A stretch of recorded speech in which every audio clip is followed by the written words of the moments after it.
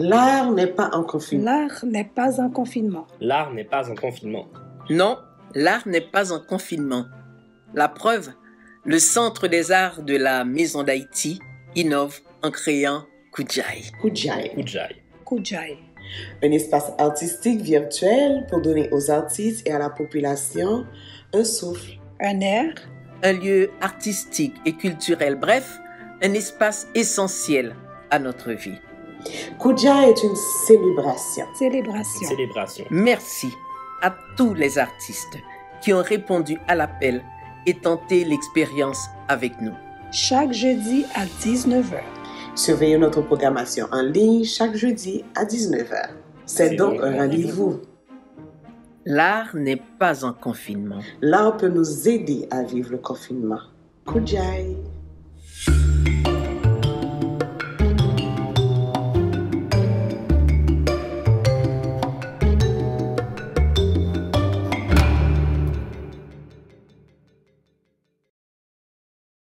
Cette semaine, à l'espace Kudjai, nous avons le plaisir d'avoir Gota Lago avec nous. Bonjour Gota.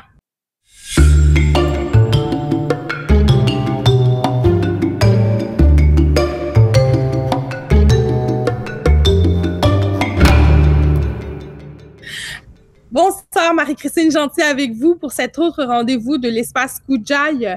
L'espace Kudjai, l'espace virtuel du Centre des arts de la Maison d'Haïti. C'est un rendez-vous tous les jeudis à 19h sur tous les médias sociaux, sur toutes nos plateformes. C'est un plaisir d'être avec vous à nouveau cette semaine. On part. Nous allons faire un petit voyage musical et je profite pour vous présenter rapidement mes instruments de musique. On a un caron ici et puis ça c'est un rave. C'est un instrument qui vient de la Russie.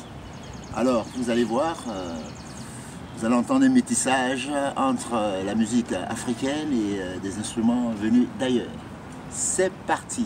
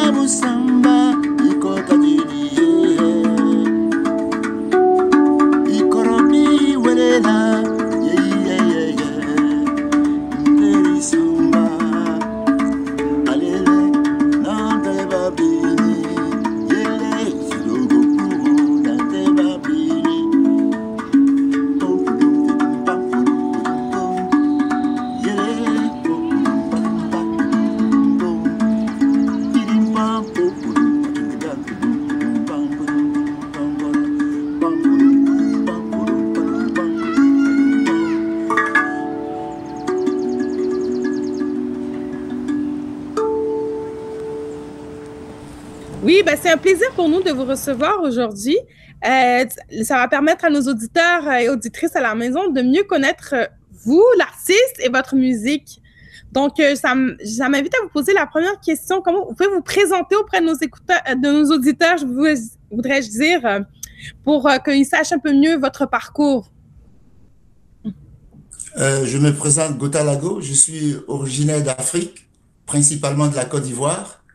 Et ça fait plusieurs années que je suis sur la scène montréalaise.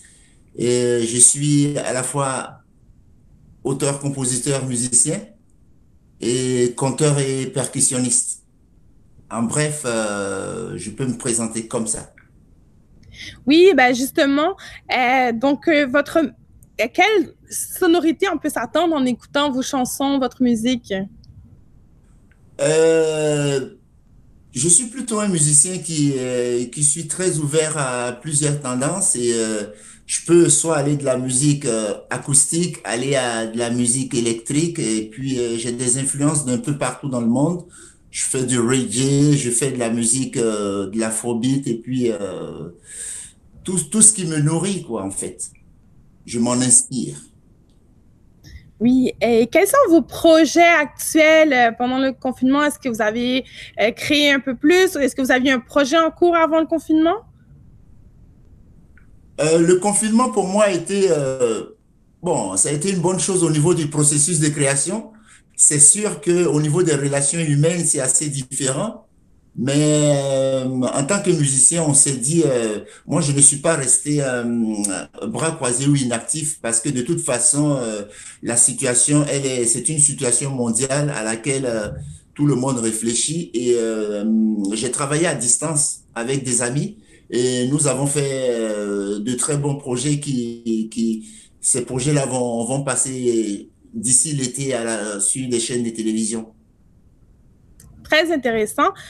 Aujourd'hui, vous allez nous offrir des pièces musicales. Pouvez-vous nous parler un peu de ce qu'on va entendre?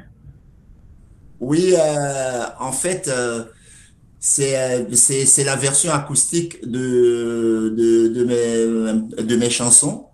Et j'ai fait une chanson avec un instrument qui vient de Russie, qui s'appelle le rave. Et ensuite, j'ai aussi fait une chanson de Félix Leclerc, qui est un artiste québécois une chanson qui s'appelle Mes souliers, que j'ai dû revisiter. Et pour couronner tout ça, j'ai fait une chanson en créole. Donc la chanson, c'est une chanson très belle que j'ai dû écouter dans une séance d'évangélisation, je pense, et puis cette chanson-là m'a plu et je l'ai interprétée. La prochaine chanson est une chanson très significative de Félix Leclerc, un auteur-compositeur du Québec qui chante « Moi, mes souliers ». Et il y a un proverbe qui dit « Qui veut aller loin, ménage sa monture ». Et pour découvrir toute la planète, ça vous prend de bons souliers. Bon voyage.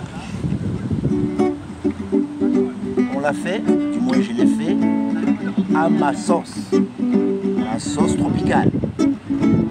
Moi, mes souliers, moi, mes souliers, moi, mes souliers, moi, mes souliers, moi, mes souliers ont beaucoup voyagé. Ils m'ont porté de l'école à la guerre. J'ai traversé sur des souliers ferrés le monde sa misère. Le monde sa misère. Moi, mes souliers ont vécu des hivers, puis mes souliers ont couru tout l'été. Ils sont maintenant chez le cordonnier, laissant mes pieds en liberté, laissant mes pieds en liberté.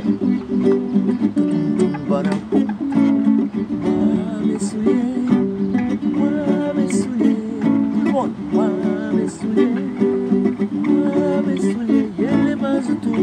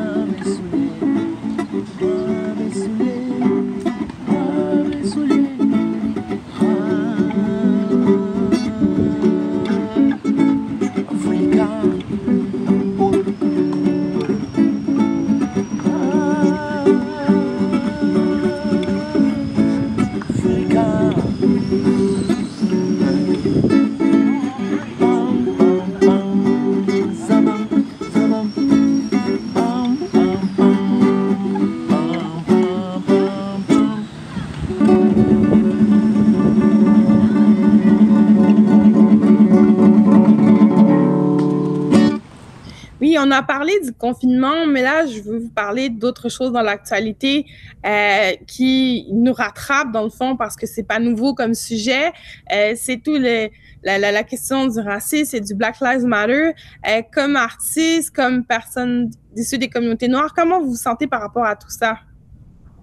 Je suis content que vous ayez posé cette question. C'est un événement d'actualité, mais les causes, il y en a beaucoup.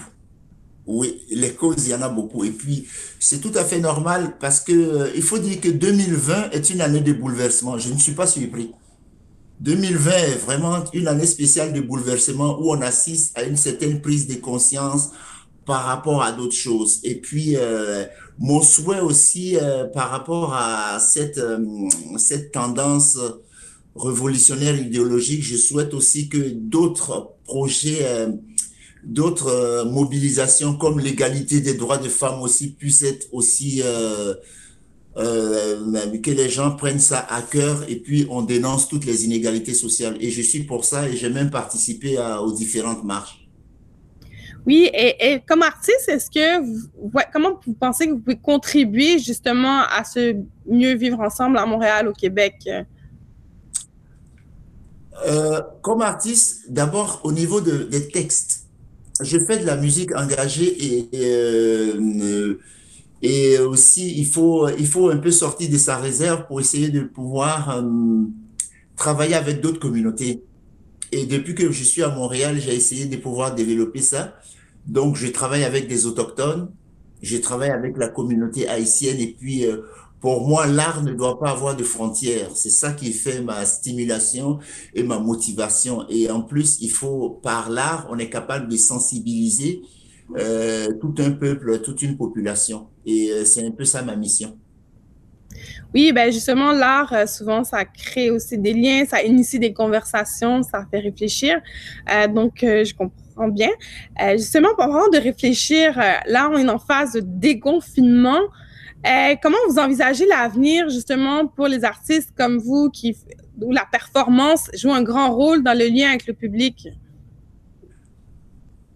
C'est sûr qu'il y a beaucoup de paradoxes dans le phénomène du déconfinement. Ben, on nous interdit de pouvoir jouer, pendant ce temps, on ouvre les piscines. Bon, c'est toute chose. Mais on prend j'ai appris à vivre au présent. On prend le pouls des choses.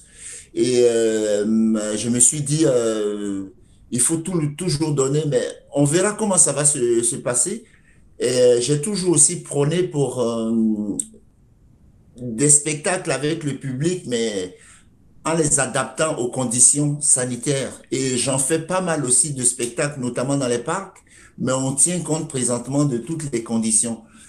C'est sûr qu'avec l'art, c'est incertain parce qu'on ne sait pas où on s'en va. Est-ce que les salles vont être ouvertes?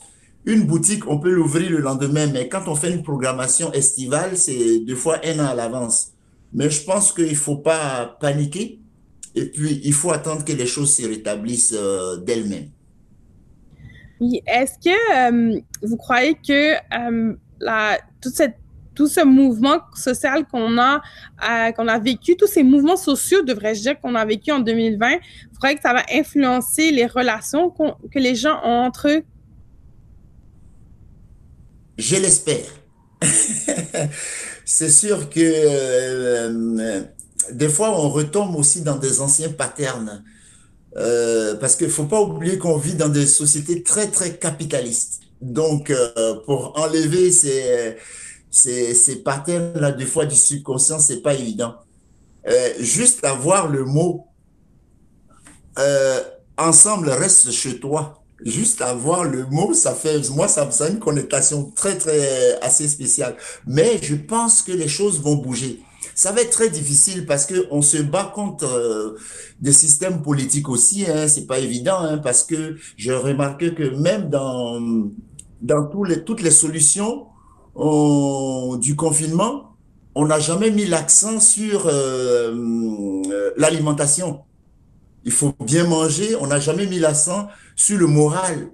On n'a jamais mis l'accent sur bien sourire, bien se comporter, être positif. on a axé l'accent sur la peur, sur beaucoup de choses, et puis, mais je pense que les choses vont se placer.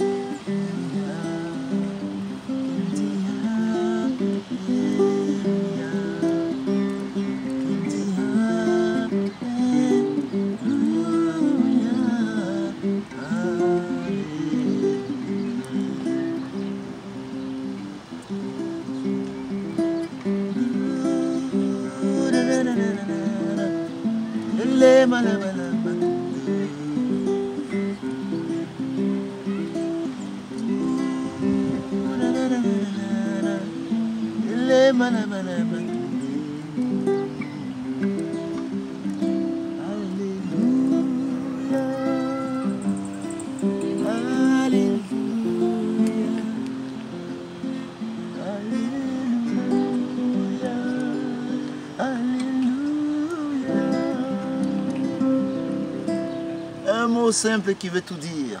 Alléluia. Il Oui, faut être positif là-dedans. Ouais. oui, ben, j'ai tendance à être optimiste comme vous. Je crois que les choses vont finir par se placer et que les gens vont peut-être, je l'espère, pour faire une prise de conscience par rapport aux choses.